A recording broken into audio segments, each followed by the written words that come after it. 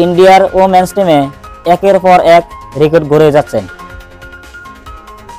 কারণ 2011 সনে ওয়েস্ট ইন্ডিজের বিরুদ্ধে ওডিআই ম্যাচে ইন্ডিয়ান মেন্স টিম সর্বোচ্চ স্কোরের মালিক থাকেন, যেখানে 418 রান করে ইন্ডিয়ান মেন্স টিমে 5 উইকেট হারিয়ে। আর সেই রেকর্ডটিকে আজকে আয়ারল্যান্ডের বিরুদ্ধে ইন্ডিয়ান ওমেন্স টিমে 435 রান করে 5 উইকেট হারিয়ে সেই রেকর্ডটিকে ভেঙে ফেলল, যেখানে ইন্ডিয়ান ওমেন্স টিম আয়ারল্যান্ডের বিরুদ্ধে স্মৃতি মান্দানা, প্রতীকা রাওয়াল এবং রিচা ঘোষের অনেকটাই বড় ভূমিকা রয়েছে।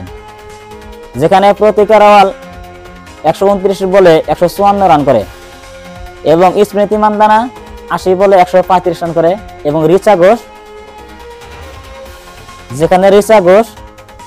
59 রান করে।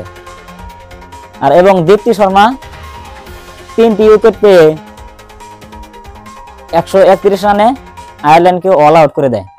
তো এই ছিল আজকে ইন্ডিয়ান ওমেন্স টিমের সুন্দর পারফরম্যান্স আয়ারল্যান্ডের বিরুদ্ধে।